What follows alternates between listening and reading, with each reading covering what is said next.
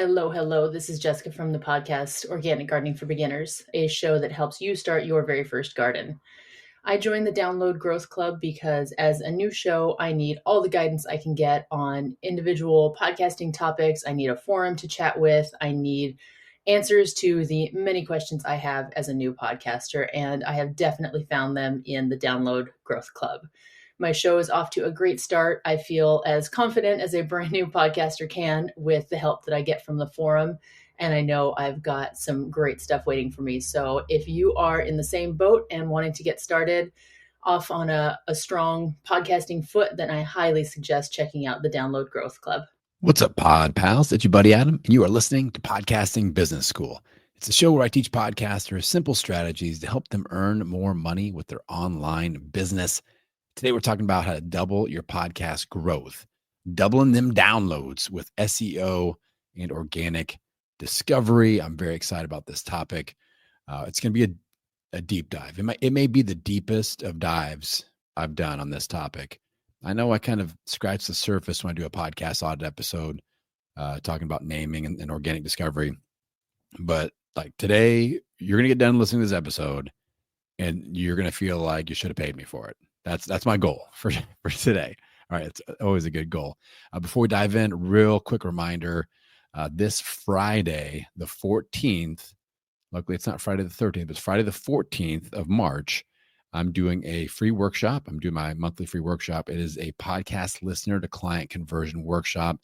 This thing is going to be awesome. I have put the presentation together. Well, it's about 80% there. I'm asking for some feedback as people sign up, but I'm really, really excited about this workshop. It's going to be excellent. If you have a goal of converting podcast listeners into paying clients, this is a free workshop. Get your butt in that March 14th session. And if you can't make it live, I'll send out the replay to everybody that's signed up. All right, let's start diving in on this topic of doubling your podcast growth. And I really do mean that. When I teach people, people that just listen to the show or people I've done a podcast audit with, or people especially inside the Download Growth Club, we apply what I'm going to teach you today. We double our downloads. Right? People are getting 40 downloads an episode. Now they're doing 80 to 100. I had somebody that attended a free workshop that 10x'd her downloads with these principles and went from like 100 downloads an episode, which is good, really good, almost the top 50% podcast. And now we're looking at almost 1,000 downloads an episode, that just applying what I taught her for free. All right. That was actually one of my free monthly workshops. Shameless plug. Get there March 14th. All right. So the first thing we have to go through is a misconception. So out there in the online business, online marketing, podcasting ecosystem on social media, a lot of people say that podcasts are a great audience nurturing mechanism, AKA they find you somewhere else and then you bring them to your podcast to develop expert positioning, nurture the relationship, add value. All right. But I believe if you apply what I'm going to teach you today, your podcast can be the ultimate discovery mechanism for your ideal potential listeners and ideal potential clients. Like, spoiler alert, 95% of my clients find me because of my podcast. That is called discoverability. All right. That is a discovery mechanism. So the typical marketing system is like, oh, you got to run ads. You got to, show up somewhere else and then pull them into your show. And as a podcast first marketer, and somebody that promotes and uses my own podcast first marketing system and protocol, your show, your podcast is the top of your podcast monetization pipeline. We're bringing people in through organic discoverability methods. Now, just real quick, I use the term SEO and organic discovery kind of back and forth. Industry standard is SEO. I don't like to use SEO when I'm talking about podcast organic discovery, because I feel like people try to apply traditional SEO methods like Google, like blog, like website methods, SEO methods to their podcast, and they do not work as well. All right. So I like to use the term organic discovery or organic discoverability. I like that even better. And so just as a little heads up, I'll kind of go back and forth there, but that means the same thing to me. So let's talk about the three buckets of podcast growth. 3 buckets of podcast growth. The first two are effort-based marketing and paid advertising. So effort-based marketing, that is our effort on social media. That is our effort to get out the word of mouth. Like people, one listener tells another listener to listen to your show. Guesting on other people's podcasts. These are all effort-based marketing methods, and they're important, and you need to have those as a part of your strategy. But for most podcasters, that is 100% of their strategy. They aren't even using the other two buckets at all. I think that's a huge mistake. And I think that's a huge reason why podcasters burn out. This is why you see so many people not make it to episode 10. This is why you see so many people going, oh, I'm going to do seasons. Season 1, okay, we got 8 episodes, and there's never a season 2. So many podcasters quit at that point. All right, it's because they think that effort-based marketing is all that there is, and they're like, wow, I'm doing a ton of effort here. I'm putting in a ton of effort, and I'm not getting anything out of it. I got 4 people downloaded my show. I'm not making any money. Why am I doing this? And they quit. All right, so this episode, I want to open up your eyes to these. There are 2 other buckets, and mainly we're going to talk about that organic discovery bucket. So real quick, the paid advertising bucket, that's another one that most podcasters are not using because I'll say it, you're kind of in hobby mode, not in business mode. And that hobby mindset says, I can't spend money until I make money. And I've got various opinions about that. One of the things that actually saved me early on is I did not have this mindset at all. I was investing in $1,000 programs before I made, any money at all for years. I was probably going the opposite end of the spectrum. I was investing too much, where I was making zero money for a very long time. But with paid advertising, that bucket, we're talking about Facebook and Instagram ads, banner ads on podcast player apps. You guys hear me mention that quite a bit on the show. And then paid newsletter and email marketing.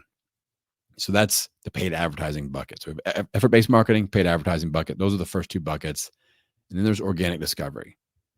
This is the bucket that costs $0 and brings new listeners to your show while you sleep. It works for you 24/7, 365. This is the most important bucket. And if you've been listening to my show for a while, you know that I really preach about this bucket. All right, if you aren't implementing any organic discovery / SEO strategies, you're really screwing yourself over. And this will be the number one reason why you quit. So listen up. One of the reasons I want to cover this today is I've got a lot of new listeners to the show. A lot of people flooding in. I appreciate that. Welcome. First couple of episodes, maybe this is your first episode. You're in luck. This is going to be a heavy hitter and you're going to get a lot out of it. Speaking of heavy hitters, there are 3 heavy hitters of organic discovery that we're going to cover in depth with this episode. All right. When we talk about organic discovery, the first thing we're going to dive deep on is the name of your show and your podcast art. The second thing we're going to cover is your podcast host description. And then we're going to talk about applying SEO and organic discovery when it comes to your individual episode titles. So, name your podcast. You've heard me talk about this before, but I really want to lay it out in a simple format for you here today. I've got examples. I've got templates. We're going to knock this thing out. So the name of your show has the most organic discovery power. And, you're all in different spots when it comes to your podcasting journey. Some of you are getting ready to launch. Great news. We're going to fix this before you even launch. You probably got a bad idea brewing in your brain piece about what you're going to name your show. All right. And we'll have a laugh about that later, but we're going to fix it before you launch. Some people have just launched. I was talking to somebody on Threads the other day. I see this type of post on Threads quite a bit. If you're a veteran podcaster, what advice would you give yourself if you were brand new? And I'm always like, nail the name of the show. Here's my protocol, what I'm about to teach you all. And I did that yesterday. And this woman's like, well, I've already got 7 episodes. I don't want to change my name of my show, right? I'm like, good news. You only have 7 episodes. Change the name of your freaking show now. You've got 4 people listening to your show. Change it now, and it will serve you for the rest of your podcasting journey and career. So Don't get hung up on, oh my, or I just rebranded. Okay, if you rebranded to an equally terrible name that isn't serving you, then we got to just step up and rebrand it again. Because chances are we're not doing mega numbers. If you're doing 17 downloads an episode and you just rebrand it, rebrand again, and let's get hundreds, if not thousands of people listening to your show, or just at least ideal fit listeners. And let's let this organic discoverability work for you while you sleep. All right, trust me on this. And then some of you down the road, you got lots of episodes and like, all right, it's time to freshen things up. Let's go for this. All right. So the perfect podcast naming formula, 3 simple steps.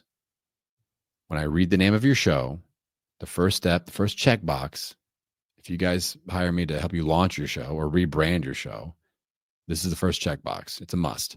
When I read the name, I want to know what it's about. When I read the name of your podcast, I want to know what it's about. You are not there to explain it. There's not a little video pop up of you and they're scrolling through Apple and Spotify going, here's the inside joke in case you didn't get it. Here's what the show is actually about. That's not available. Maybe in the future, but not right now. So when I read the name of your show, I want to know what it's about. That's the first checkbox. Number 2, when I read the name of your show, I need to know exactly who it's for. Speak to me. If I'm your ideal listener, call me out. The third checkbox I have to see 1, preferably 2, highly searched keywords in your niche. Now, I posted this on Threads the other day, and people were like, well, how many paragraphs do I get to explain this? Like, it was going to be so freaking hard to put all of this into one thing. Okay, here's a simple template. You're going to knock this out in 5 words or less, maybe 6. Impossible, they say. All right, so let me give you my template. So the first thing we're going to do is put a big keyword in there. The first word of the name of your podcast is the most important. Make sure it's not the or a number. You want something that people are searching. We'll talk about how to find keywords here in a minute. But you want the biggest of keywords as the first word of your podcast name. And just when I'm talking about the podcast name, just to be very clear, I'm not talking about episode titles. I'm talking about the name of your show. All right. So big keyword first. Then we usually follow up with words like strategies, tips, conversations, something like that. 4. So like strategies 4. And then the next bracket that we have to fill in is what I call a keyword plus identifying term. Don't worry, I'm going to give you some examples. So big keyword, strategies, tips, conversations, 4, keyword plus identifying term. Let me give you 3 examples. Marketing tips for personal trainers. All right, let's look at a checklist. What is the show about? Marketing tips. Who's it for? It's for personal trainers. 1 to 2 keywords, marketing and personal trainers. Boom. That is 1, 2, 3, 4, 5 words. Marketing tips, that's the big keyword. So marketing, is the big keyword. Tips for keyword plus identifying term, personal trainers. So what I mean by keyword plus identifying term is that that's a searchable keyword, but it also makes somebody say, that's me. So personal trainer or personal trainers, that is a searchable term, but it's also a descriptor of a type of a person. Marketing tips for personal trainers. Example number 2, spirituality conversations for Christian women. Big keyword, spirituality, giant keyword. We went with conversations for, keyword plus identifying term, Christian women. That's who it's for. Third example, weight loss strategies for entrepreneurs. These are 4 or 5 word titles. If you can nail your title under 5 words, you're doing really good. People get worried about getting too wordy on the name of their show. All right, weight loss strategies for entrepreneurs. I know what some of you are thinking. We are creatives, and to a fault, we are creative people. And you think, oh, that's so boring. There's no flair to it. Well, let me tell you something. Flair will F up your SEO. I've done it. We all have that. When I spoke at PodFest, I was kind of making fun of most of the podcast names. I'm like, everybody names their show Love, Light, and Life, a podcast for everything and everybody. podcast for thinkers, thought leaders, and thinkers who thought they were leaders. It's all this random crap that nobody gets the joke and nobody listens. Nobody can find your show. All right. And another example of these creative names, it's really, really hard to find poorly named shows. So when I run somebody through my podcast growth coach certification, one of their final tests is they sit down with me for 30 minutes and I test them on various concepts. And I purposely try to find really poorly named shows to test them on and go, hey, how would we rebrand this? I have a really hard time finding poorly named shows. Like I'm trying to find poorly named shows and I have a hard time finding poorly named shows. All right. So that's an example of this whole concept kind of in reverse. All right. So how do we figure out keywords? This is a big question. What chat GPT prompt do I use? What AI do I use? Let me tell you something. As of the recording of this episode, chat GPT and AI sucks at this. Straight up. Maybe, I'm sure it'll get there. I'm sure it will. Somebody will adapt this. It's not enough human beings understand this to create a chat GPT to make this effective. So right now you have to exercise your human brain. Sorry to tell you. And the best way to figure out keywords is you start with your niche category. Like if your show is a marketing show, marketing is probably one of the keywords. Is it spirituality, religion? Is it relationships? Is it parenting? Is it health? Is it weight loss? Is it nutrition? Is it a news-based show? Is it business? Is it marketing? Is it online marketing? Is it entrepreneurship? The big words. Don't overthink this. All right. That's how we figure out our keywords. And then we look at descriptive terms, but also as you get listeners, for those of you that have episodes and people reach out to you in the DMs or email, you have your little conversation. Then I always end with this, like, hey, where did you find me and what were you looking for? So did you find me on Spotify, Apple? What were you searching for? Do you remember what words you put in when you were searching? And when I had enough of these conversations, I kept on hearing people say podcasting tips, podcasting tips, podcasting tips. And I pull up and they hit that follow subscribe button. So then I started using podcasting tips a lot in my episode titles. Podcasting is the first keyword in the name of my show. So I kind of lucked out there. And kind of going back to the example of why we don't want the word the as the first word, at least as it's listed in our host. You can call it whatever you want verbally. I could call my show the Podcasting Business School verbally, and that didn't affect, I just said it right there, and it didn't impact my SEO. But as it's listed, you don't want the word the as the first word because that's a total misuse of that first word keyword power. Just delete the, get rid of the off the first part of your name as it's listed. Again, on the art, you can still have the Podcasting Business School, whatever. Just take it off as the name is listed in your host. All right, so the first word is the big keyword. This is really important. So think about the big categories that you're in, leverage those for keywords, ask people that actually listen to your show or listen to podcasts in your niche, ask them, and that's how we develop our keyword list. All right, again, we only need one or two really good ones to leverage here. All right, what to avoid when it comes to naming our show. Let's say that you've written a book. Do not name your show the same name as your book if it doesn't follow my formula. If it does, great, use it. Let's say you have a website. Do not name your show the same as your website unless it follows the perfect podcast naming formula. Let's say you have an Instagram handle or a TikTok handle. Do not name your show the same as your IG or TikTok handle unless it follows the perfect podcast naming formula. I see people jack this up all the time. Now, the reverse does work. So you'll notice my IG handle is Podcasting Business School, but what comes first, the chicken or the egg, the podcast or the IG handle, I created Podcasting Business School with this formula and then created the IG handle afterwards. That's the correct order. If you want to write a book, I could write a book called Podcasting Business School. Bam. Website, podcastingbusiness.school. So those things came after the fact. You have to optimize the name of your podcast for organic discovery on Apple and Spotify. or you're doing yourself a major disservice. You'll make your podcasting journey so much harder than it needs to be. It's already hard, y'all. If you haven't figured that out, it's coming. All right. If you haven't figured that out, you're still young in the game or you lucked out somehow.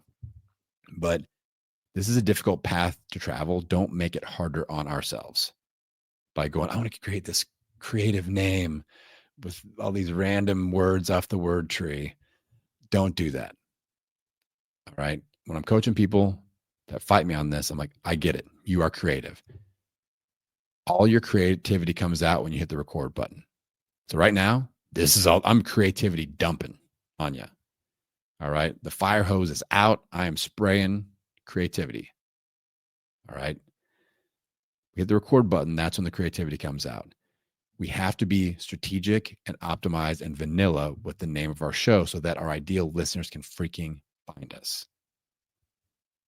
That's the little, that's the give and take. We give in a little bit on that name. It's very strategic. And now the audience can grow while we sleep. That's the trade out. You'll have people that are ideal fit listeners that you can teach and nurture relationships with and get clients from. That's the trade out. And for me, it's well worth it. All right. Now let's talk about your podcast art. So when it comes to the name situation, I really see this as a 2-leg relay race. The keywords in the name get us onto that search screen. So I search online marketing, 10, 15, 20 images pop up on my phone. Now, which one am I going to click on? The art needs to come through and finish the deal. A lot of you are screwing this up. I sure did. All right. So some quick ideas on your art. So if your name is already good, you may need to tweak your art a little bit. And again, this is where the creativity people, especially people that are like photography podcasts or people that are like very, very creative people themselves, they hate this idea. But let me tell you, it works. All right, hate me all you want until you double your downloads, you 10x your downloads, and you come back and we'll be friends again. All right, give this a 30 to 90 day experiment, and I bet we'll be friends again. Rule number 1 with the art: let the words be the star of the show. The words, the text needs to be the star of the show, not a giant face picture. Take your giant face picture off there right now. Do it right now. All right. You're handsome. You're beautiful. Take your freaking face picture off there right now. What about personal branding, Adam? Nobody recognizes your face, most likely. If you're a famous comedian, why are you listening to this show? If you are a famous actor, why are you listening to this show? You should be listening to something else. If you are a regular person that is a solopreneur, a team of one, somebody that's starting as a 000 podcast or 0 following, 0 downloads, 0 email list, then take your freaking giant face picture off the art. We'll put it back on there. Don't worry. Optimize the text. I want big, thick, chunky, easy to read text. No squiggly cursive, no pretty, thin, squiggly line text. So when you're on Canva, the text, you can zoom in. Oh, this looks great. Look at it on your phone. It's tiny. If you got an iPhone 8 like me, that's made out of wood and run by a hamster on a wheel, that it's even tinier. It's that big home button, takes up a lot of space. I'm thinking about upgrading my iPhone 8. It's about ready to die. So if you guys have any suggestions, let me know. But when that art shows up on a phone, that font is even tinier. We have to keep this in mind. The mistake most people make: giant face picture, tiny font around it, can't read any of it. Who's this person? I don't care. Let's look at a different image and click on that instead. The finger is hovering over the art. Which one will they choose? Because they probably won't choose more than one. That's the game that we got to win. So let the text be the star of the show. I love to have you highlight a keyword. So if the word marketing is the most important keyword, put that maybe a slightly different font. I love putting that in a color that is nowhere else on the screen. What's the most important word in the name of your show? Maybe it's the identifying term. Maybe it's Christian women. Maybe it's entrepreneurs. Maybe it's personal trainers. Highlight that, different color, maybe slightly different size, slightly different font. Draw the eyes to the thing and the terms the words that people use to describe themselves. Because guess who's going to win that finger is hovering game? Ooh, personal trainers, that's me. All these other marketing tips podcasts out there, but this one says marketing tips for personal trainers. I'm a personal trainer. Boom. Let's go. This is for me. That's how we win the game. Now, once you got big, thick, chunky text on there, easy to read, highlighted a keyword, and it lays out and max out the screen, that box with the text. Right. It should go from wall to wall, as big as you can make it, and there will naturally be some pockets in there. That's where you stick your headshot or branded images or whatever the heck you want. I don't care anymore. Whatever you want in there, stick it in the open space after the text is optimized on there. Last thing on podcast art, do not put a busy background behind all this, because that will wreck the whole thing. You got a weight loss podcast, don't put this like a big bowl of fruits and vegetables back behind with all these different colors. That's going to distract from the words. Don't let anything distract from the text. All right. Look at your art honestly right now and go, is this readable on a phone? Am I highlighting a keyword? Is the background too busy? I want immediate upgrade. Just put a single color background. Single color background. Some people put the big picture of their face as the background with the words on front of their face. That's even worse. All right. So single color. I'm a big fan of just like a black background or a white background. I've done really well with those, with myself and with my clients. My weight loss show had, at first I started off with a black background, then I switched to a white background, and we did, 550 something thousand downloads. Podcasting Business School, it's got, the green background, but it works. I'm kind of stuck with it at this point. I may switch it at some point. If I do, it'll probably be a black background. So single color background, so the words are really easy to read. They pop. This is important. So that's your podcast art. Win the game, not just with your keywords and the name of the show, but that finger is hovering. I want you to just imagine that right now. Somebody just searched one of your keywords and you're in a lineup of 10, 20, 15 shows on their phone. Right now, somebody's finger is hovering. Will it pass over your podcast art or will it click on it? That's the question. All right. Next up, let's talk about your podcast host description. So this is kind of the second tier of organic discovery, SEO, that we need to optimize for. Your podcast host description is inside of your podcast host. So if you host on like Libsyn or Buzzsprout, Captivate, again, shameless, it's not even a shameless plug, just shameless advice. Use a paid podcast host. Don't use a free one like Spotify and just thank me later. You can pay between $5 and $20 a month to get a paid podcast host, and it's better security, better analytics, easier distribution. It's just better and easier all the way around. Do it. All right. Spend $5 to $20 a month and thank me later. Anyway, so inside your podcast host, like Buzzsprout or Libsyn, those are my two faves. I personally use Libsyn. And there's a section that's like settings. And this is where you plug in the name of your show, your podcast logo, your podcast art, and your host description. The host description is the blurb that is about this show. All right. So here's what I want you to do. Again, quick fix. You can do this today. You can hit the update button and it'll start working for you. With your podcast host description, I want you to think about this in two paragraphs, two stages. The first stage is that intro paragraph of here's who I am, here's what the show's about, here's who it's for. And when I'm working with somebody on launching or rebranding, I'm always like, just write what you want to write. Build me a paragraph. That's the rough draft. What's the show about? What are you about? How do you relate to the topic of the show? Who is this podcast for in general? Write that paragraph. Then we go back and we look at our keyword list, and I go, get all the keywords in here. Every single keyword you could think of, I want them all in this initial paragraph. So we go back in and swap words out to get all the keywords in there. All right, you can do it. Trust me. This isn't super hard. Then we create a second section, And I have a little transition. You can look at my host description for Podcasting Business School and use that as a template. The question I like is this podcast is for you if you find yourself asking questions such as, and then I list the Google questions. So I try to get 10 to 15 Google questions. Again, this is a huge advantage of using a paid podcast host service because the freebies limit your characters here, and it's jacking up your SEO. This is one of the examples.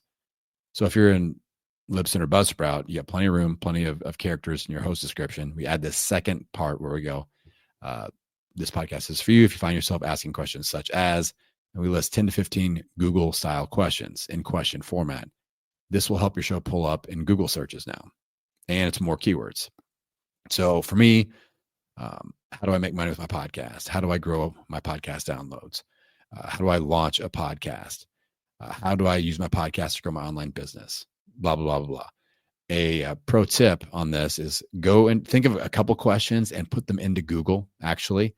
And then Google has that little, people also asked these questions when they search this, and use all those. And now you've got 10 to 15 questions easy. So let Google do those for you. Now, another way to repurpose these Google questions, these are great podcast episode titles. Think about that. If you want to show up in a Google search, name your episode the exact question that people are searching on Google. Think about that.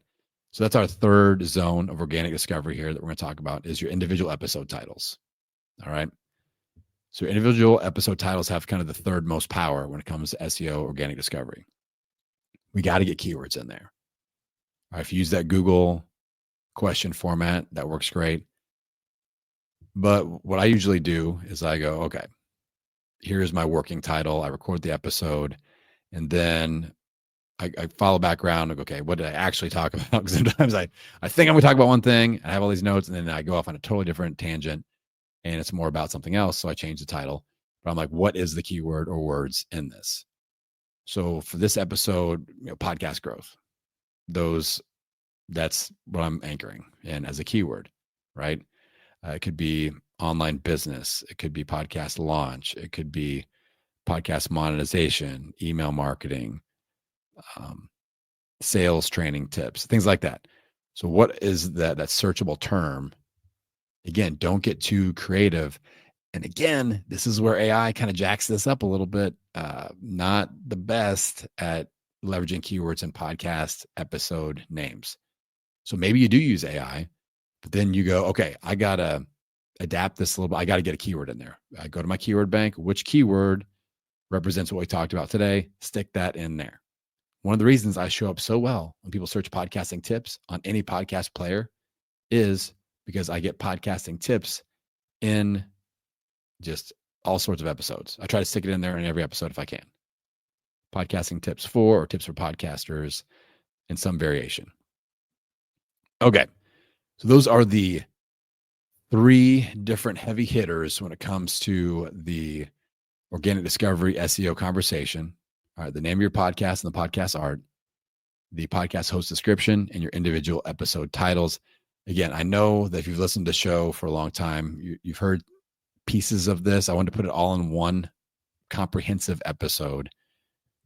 Again, the deepest of dives that I've ever done on this topic. And hopefully now you're ready to apply some of this and get to work. All right. So that is it for this week. I appreciate everybody that is a brand new listener. I got a few resources in the show notes for you, including the link to Friday's workshop. If you guys want to talk about my best listener to client conversion strategy. So that is it for this week's episode. I appreciate you. I'm going to send you out into the world wishing you health, happiness, and many downloads. I'll see you on the next episode.